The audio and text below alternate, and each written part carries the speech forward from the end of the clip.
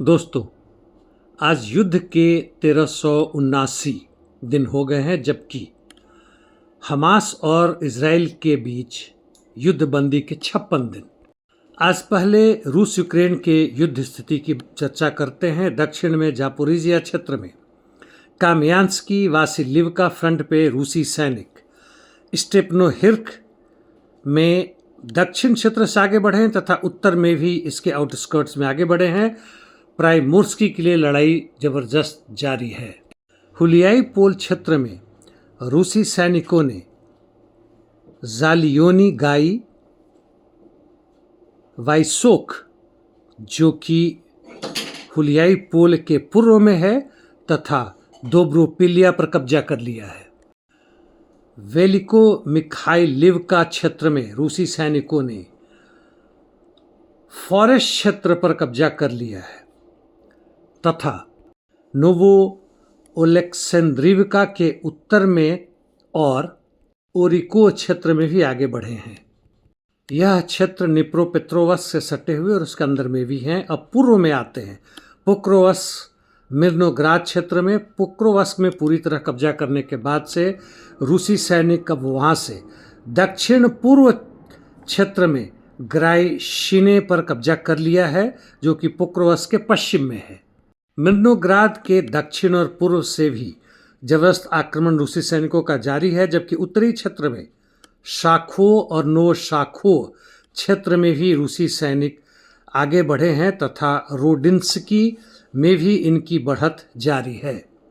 अब आते हैं टोरेस चासिवार कॉन्स्टांटिनिवका क्षेत्र में। कॉन्स्टांटिनिवका के दक्षिण और दक्षिण पूर्व से रूसी सैनिक इस सिटी में आगे बढ़ रहे हैं तथा इन्होंने क्लिनोवो, जो कि द्रुस्कोवका के पूर्व में है, पर कब्जा कर लिया है।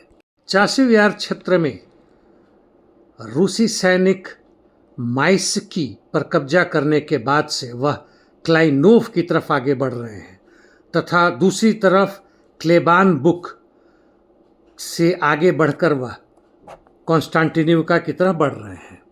यानी कुल मिलाकर अभी तक जो मैंने बातें की हैं, यानी दक्षिण यूक्रेन जापोरिजिया तथा पूर्व यूक्रेन पोक्रोवस्क मिर्नोग्राद से होते हुए कॉन्स्टांटिनिवका की तरफ, और उत्तर में वह चासिवार तक में वह आगे बढ़ने में सक्षम हो रहे हैं। अब आते हैं नॉर्थ ईस्ट यूक्रेन, यानी खार्कोव से सटे हुए या उसके अंदर में लाइमान क्षेत्र में। यहाँ पे रूसी सैनिक द्रोबिशेव क्षेत्र में आगे बढ़े हैं। कुपियांस्क में पहले यूक्रेन के सैनिकों की बात कर लें। उन्होंने अपना काउंटर अटैक जारी रखा है तथा मोस्कोवका पर पूरी तरह कब्जा करके सोबोलिवका क्षेत्र में भी, जो कि नॉर्थ वेस्ट कुपियांस्क में है, आगे बढ़े हैं। पर रूसी सैनिकों का ऑफेंसिव ऑपरेशन पेट्रोपावलिका के उत्तर में जारी है और वहाँ से वह आगे बढ़े हैं तथा पिशाने में भी वह उसके उत्तरी आउटस्कर्ट्स में आगे बढ़े हैं। अब खार्कोव के उत्तर यानी वोल्चांस्क में आते हैं। वोल्चांस्क में कब्जा करने के बाद से रूसी सैनिक विल्चा एरिया में 300 मीटर तथा वहाँ के लाइमान, यह दूसरा लाइमान है, 400 मीटर तथा मिलोव खाटने लाइन पर 700 मीटर आगे बढ़े हैं। यानी वोल्चांस्क क्षेत्र में अब रूसी सैनिकों को अच्छी सफलता मिल रही है। अब सुमी में आते हैं। यहाँ पे कई फ्रंट पर लड़ाई जारी है। रूसी सैनिक कुल मिलाकर तकरीबन 400 मीटर ही आगे बढ़े हैं, जिससे मुख्य रूप से ओलेक्सिवका, अंद्रिवका, किंद्रातिवका भी है, जहाँ पर यूक्रेन के सैनिकों का काउंटर ऑफेंसिव सफल नहीं हो पा रहा है। लड़ाई वाराचने के लिए भी जारी है। इंटरडिक्शन मिशंस बहुत ज़्यादा है। रूसी सैनिकों ने यूक्रेन के एनर्जी सेक्टर पे काफ़ी ज़बरदस्त हमला किया है ड्रोन से। चेरनिहिव, ओडेसा, निप्रोपेट्रोवस्क, जबकि यूक्रेन का अटैक जारी है। रूस के ऑयल टैंकर और गैस स्टेशन जो ब्लैक सी में पहुंच चुका है, और जिससे कुछ परेशान उसके अपने साथी भी, जैसे टर्की और रोमानिया भी हो रहे हैं। मिडिल ईस्ट एशिया की बात करते हैं तो लेबनान के प्रतिनिधि अब इजराइल के प्रतिनिधि से बात करेंगे। यह 40 वर्षों के बाद बातचीत होने जा रहा है दोनों देशों के बीच में। हालांकि लेबनान के प्रधानमंत्री ने कहा है कि यह बातचीत मुख्य रूप से इजराइल दक्षिणी लेबनान में जो बमबारी कर रहा है उसके ऊपर, तथा दक्षिणी क्षेत्र के कई हिस्सों पर उसने कब्जा कर रखा है उसके ऊपर बात होंगी, तथा कुछ लेबनीज जो इजराइल के कब्जे में उसको छुड़ाने के ऊपर बातें होंगी, ना कि डिप्लोमेटिक रिलेशन को आगे बढ़ने की बात होगी। हालांकि अमेरिकी अध्यक्षता में यह बात हो रही है, वैसे ही जैसे कि अल शरा सीरिया के राष्ट्रपति बात कर रहे हैं, यानी पूरी तरह से अमेरिका की कोशिश है कि इजराइल जो एक तरह से परिहा देश बन चुका है उसको फिर से स्थापित किया जाए, पॉलिटिकली, इकोनॉमिकली, मिलिटरली तो है ही है।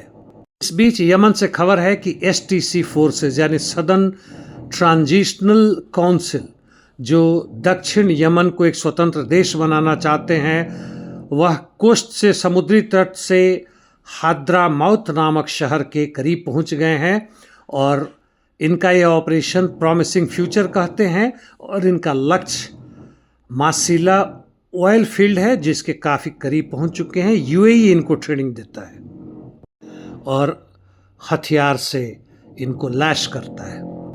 सूडान में सूडानीज आर्म फोर्सेस कई जगह से पीछे हटना पड़ा है और वहाँ का जो विद्रोही ग्रुप है RSF आतंकी ग्रुप भी है, वह कुर्दान के दक्षिण में, कुर्दोफान के दक्षिण में तथा पूर्व में भी कई जगहों पर आगे बढ़ा है। वेनेजुएला के राष्ट्रपति और ट्रंप के बीच में टेलीफोन वार्तालाप हुआ है, हालांकि कोई खास उम्मीद नहीं की जा सकती है। वैसे मदुरो ने कहा कि बड़ा सौहार्दपूर्ण तरीके से बात हुआ है। अंततः बताऊं कि बुल्गारिया में 26 नवंबर से ज़बरदस्त धरना प्रदर्शन चल रहा है। कल 50,000 से अधिक लोग इसके कई क्षेत्रों में आए थे और इनकी मांग है कि जो इनके ऊपर एक्स्ट्रा टैक्सेस लगाया जा रहा है, इनके डिविडेंड्स के ऊपर सोशल कंट्रीब्यूशंस को ख़त्म किया जा रहा है और प्राइवेट बिजनेस के लिए करप्शन, अनएम्प्लॉयमेंट, इन्फ्लेशन आदि के अगेंस्ट में है, वह जारी है। ग्रीक के फार्मर्स ने भी कई मुद्दों को लेकर जबरदस्त धरना प्रदर्शन किया है और ग्रीस से टर्की के बीच जो क्रॉसिंग है उसकी घेराबंदी कर दी है। आंदोलन, धरना प्रदर्शन यह दिखाता है कि जनता भी जीवित है और वह मरी हुई नहीं है। आज के लिए इतना ही दोस्तों, परसों फिर मिलेंगे। धन्यवाद।